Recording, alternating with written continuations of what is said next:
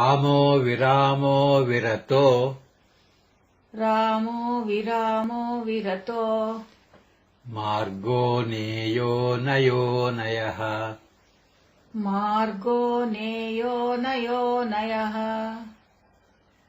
वीरः शक्तिमतां श्रेष्ठो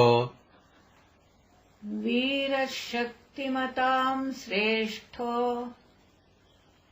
धर्मो धर्मविदुत्तमः धर्मो धर्मविदुत्तमः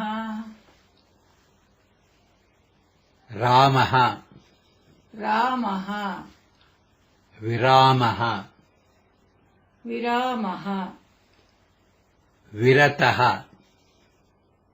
विरतः मार्गः मार्गः विरजो मार्गः विरजो मार्गः नेयः नेयः नयः नयः अनयः अनयः वीरः वीरः शक्तिमतां श्रेष्ठः शक्तिमतां श्रेष्ठः धर्मः धर्मः धर्मविदुत्तमः धर्मविदुत्तमः ॐ रामाय नमः ॐ रामाय नमः ॐ विरामाय नमः ॐ विरामाय नमः ॐ विरताय नमः ॐ विरताय नमः ॐ विरजो मार्गाय नमः ॐ विरजो मार्गाय नमः ॐ नेयाय नमः ॐ नेयाय नमः ॐ नयाय नमः ॐ नयाय नमः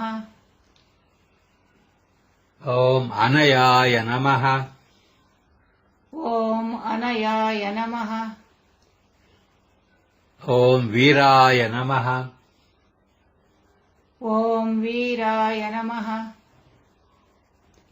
ॐ शक्तिमतां श्रेष्ठाय नमः ॐ शक्तिमतां श्रेष्ठाय नमः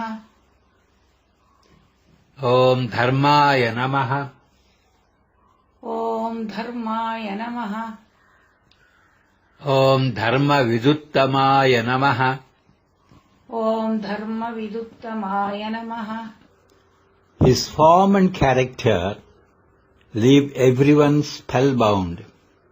Those that grant boons, those that receive them, and the boons themselves terminate in him.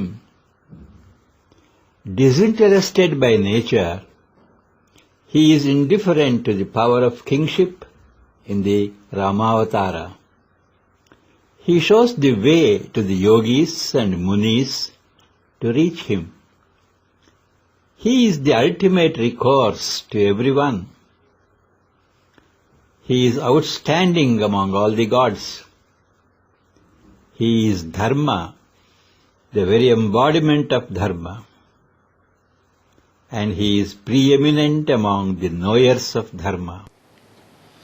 43ನೆಯ ದಿನ.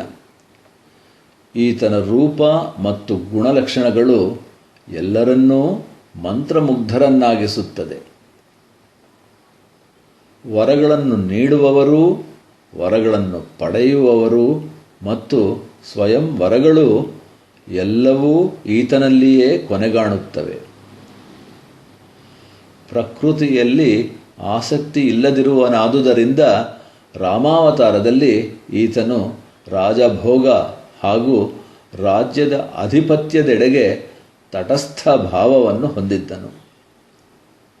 ಯೋಗಿಗಳಿಗೆ ಹಾಗೂ ಮುನಿಗಳಿಗೆ ತನ್ನನ್ನು ಸೇರುವ ಪಥವನ್ನು ತೋರಿಸುವಾತ ಈತ. ಎಲ್ಲರಿಗೂ ಅಂತಿಮ ಆಶ್ರಯದಾತ ಈತ. ಸಕಲ ದೇವತೆಗಳಲ್ಲೂ ಪ್ರಮುಖನಾದವನು ಈತ.